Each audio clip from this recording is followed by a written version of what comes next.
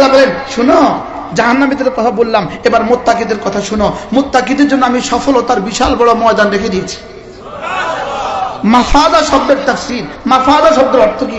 আল্লাহ তাআলা জান্নাতীদের জন্য যত পুরস্কারের ঘোষণা পুরো কোরআনে কারিমে দিয়েছেন, সবটাকে একসাথে এক শব্দে বলেছেন, এটা হলো মাফাদা। কি এটা? ইন্নালিল মুত্তাকিনা মাফাজা, মুত্তাকিদের জন্য দিব সফলতার মহাময়দান। সুবহানাল্লাহ। তারপরে কি বলেন? হাদাইকা ওয়া আনাবা, বাগানে বাগানে ভরে দিব। ওয়া আনাবা, আঙ্গুরে আঙ্গুরে ভরে দিব। ওয়া কাওয়াইবা আতরাবা, হাম বয়সী সমবয়সী তরুণিয়া তরুণী দিব। সুবহানাল্লাহ। সমবয়সী কি দিব? তরুণী দিব, মেয়ে দিব, সমবয়সী বিবি দিব। সুবহানাল্লাহ বলেন। সমবয়সী কি দিব? হাদিস সাহেব তাফসীর রুহুল মানির মধ্যে এক আজীব হাদিস লিখছে। ওয়াকাওয়াইবা আতরাবার পুরো তরজমা এই মাঠে আমি করতে পারবো না। ওয়াকাওয়াইবা আতরাবা মানে শুধু শুনে নেন যে সমবয়স্কা নারী দিবে। সমবয়স্কা কি দিবে? হুর দিবে। এক জান্নাতি হঠাৎ বলবে আল্লাহ একটু বৃষ্টি দেন। আল্লাহ একটু কি দেন বলেন? বৃষ্টি দেন। তাফসীরে রুহুল মানির মধ্যে এখানে একটা হাদিস আছে, বলে একটা বৃষ্টি দেন। তো আল্লাহ বলবেন আচ্ছা ঠিক আছে চলো। তো জোর জোর করে বৃষ্টি পড়বে। বৃষ্টির প্রতিটা ফোঁটার সাথে সাথে একটা একটা হুর পড়বে। ওই হুরগুলো হবে কাওয়াইবা আতরাবা। আচ্ছা ওই বৃষ্টিটা কেমন হবে? আপনার জন্য যদি এক কোটি ফোঁটা বৃষ্টি পড়ে আর এক কোটি ফোঁটার প্রতি ফোঁটার মধ্যে যদি একটা একটা হুর থাকে, তো জীবনটা কেমন হবে? সুবহানাল্লাহ। এটা কে কারে বুঝাবে? কেমনে বুঝাবে? আমি যখন এটা পড়ছি আমি পাগল হয়ে গেছি খুশিতে। ওয়াকাওয়াইবা আতরাবা, তারপর কি?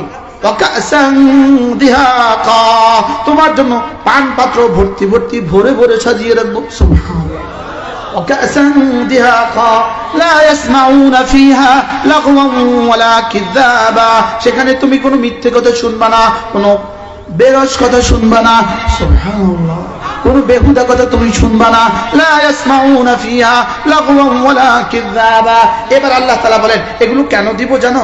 জাযাআন মির রাব্বিক, তোমার রবের পক্ষ থেকে পুরস্কার। সুবহানাল্লাহ। আতাআন হিসাবা, এই পরিমাণ পুরস্কার দান, এই পরিমাণ দিব, শেষ তক তুমি বলবা হাসবি, আমার হয়ে গেছে, আল্লাহর নাম। কি হবে? জাযাআন মির রাব্বিকা আতাআন হিসাবা। কেমন রব তোমার?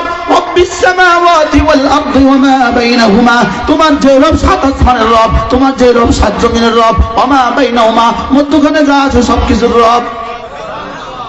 আমাদের রব কেমন? আমাদের রব সাত আসমানের রব, আমাদের রব সাত জমিনের রব, আমাদের রব মধ্যখানে যা আছে সবকিছুর মালিক। এরপরে বলেন আরো কেমন জানো? আর রহমান, রব্বিস সামাওয়াতি ওয়াল আরদি ওয়া মা বাইনাহুমা আর রহমান লা ইয়ামলিকুনা মিনহু খিতাবা। আমি কারে কত দিলাম কেউ আমাকে সেদিন আর জিজ্ঞাসা করবে না। সুবহানাল্লাহ। লা ইয়ামলিকুনা মিনহু খিতাবা। এবার আবার সেদিনের পরিচয় তুলে ধরেন, ইয়াউমা ইয়াকুমুর রূহু ওয়াল মালাইকাতু সাফফা, যেদিন জিবরিল আলাইহিস সালাম এবং সমস্ত ফেরেশতারা লাইন ধরে দাঁড়াবে। কি ধরে দাঁড়াবে? ইয়াউমা ইয়াকুমুর রূহু ওয়াল মালাইকাতু সাফফা লা ইয়াতাকাল্লামুনা ইল্লা মান আযিনা লাহুর রহমানু ওয়া ক্বালা সাওয়াবা। কেউ কোনো কথা বলবে না, নীরবে দাঁড়াবে, কেউ কোনো কথা বলবে না। হ্যাঁ, রব যদি কাউকে বলতে বলেন সে বলবে, সেও আবার ঠিক ঠিক বলবে। সুবহানাল্লাহ। لا يتكلمون إلا من أذن له الرحمن وقال صوابا। এবার বলে ذلك اليوم الحق, যে কথাগুলো আমি বলেছি ওই দিন ওই দিন ওই দিন, এটা 100% সত্য। এটা 100% কি? ذلك اليوم الحق, এটা 100% সত্য। অতএব ফামান শাআ তাখাযা ইলা রাব্বিহি মাআবা, এই দিনটা যেহেতু 100% সত্য, এজন্য যে চাও তোমার রবের কাছে তুমি একটা জায়গা বানাও, তুমি একটা ঠিকানা বানাও, রবের কাছে একটা ঘর বানাও। লা ইলাহা ইল্লাল্লাহ, লা ইলাহা ইল্লাল্লাহ, লা ইলাহা ইল্লাল্লাহ। একবার কালেমা পড়বেন, রবের কাছে 10 দুনিয়া বরাবর একটা ঠিকানা তৈরি হবে। কি ভাই? 10 দুনিয়া বরাবর কি হবে? ঠিকানা তৈরি হবে, নামাজ ফজর পড়বেন ঠিকানা তৈরি হবে, জোহর পড়বেন ঠিকানা তৈরি হবে, আসর পড়বেন ঠিকানা তৈরি হবে, মাগরিব পড়বেন ঠিকানা তৈরি হবে, এশা পড়বেন ঠিকানা তৈরি হবে, এবার তাহাজ্জুদ পড়বা আবার ঠিকানা তৈরি হবে, তাসবিহ পড়বা আবার ঠিকানা তৈরি হবে। ফামান শাআ আত্তাখাযা ইলা রাব্বিহি মাআবা। ইন্না আনযারনাকুম আযাবান করিবা, আমি তোমাকে নিকটতম আযাবের ভয় দেখাচ্ছি, নিকটতম কাছাকাছি আযাবের ভয় দেখাচ্ছি। এখানে কাছাকাছি কেন বললেন? আল্লাহ রাসূল বলেন এখানে কাছাকাছি কেন বললেন? কুল্লু আতিন করিব, যেটাই আসবে সেটাই কাছাকাছি। আমি এই তারিখ লিখছি কিন্তু 1 বছর আগে, 1 বছর আগে লিখছি, আজকে আয়াত আসছে না আসছে না বলেন? এই তারিখটা লিখছি কত বছর আগে? 1 বছর আগে। আজকে আসছে না আসছে না? এই তারিখটা যেভাবে আয়সা পড়ছে ঠিক ওটাও আয়সা পড়বে, সেটাও কি আয়সা পড়বে। আমি তোমাদেরকে ইন্না আনযারনাকুম আযাবান করিবা, নিকটতম আযাবের ভয় দেখাচ্ছি। তারপরে ইয়াউমা ইয়ানজুরুল মারউ মা কদ্দামাত ইয়াদাহ, যেদিন প্রত্যেকটা মানুষ দেখবে তার 2 হাত তার জন্য কি কি পাঠিয়েছে, সে জীবনে যা যা করেছে প্রত্যেকটা মানুষ দেখবে। ইয়াউমা ইয়ানজুরুল মারউ মা কদ্দামাত ইয়াদাহ ওয়া ইয়াকুলুল কাফিরু ইয়া লাইতানি কুনতু তুরাবা। আল্লাহ তাআলা গরুকে বলবেন মাটি হয়ে যাও, ছাগলকে বলবেন মাটি হয়ে যাও, কাফিরকে বলবেন জাহান্নামে চলে যাও। তখন কাফির বলবে হায় আমিও যদি মাটি হয়ে যেতাম, আমিও যদি কি হয়ে যেতাম। 40টা আয়াত আপনাদেরকে শুনিয়েছি, সুবহানাল্লাহ বলেন।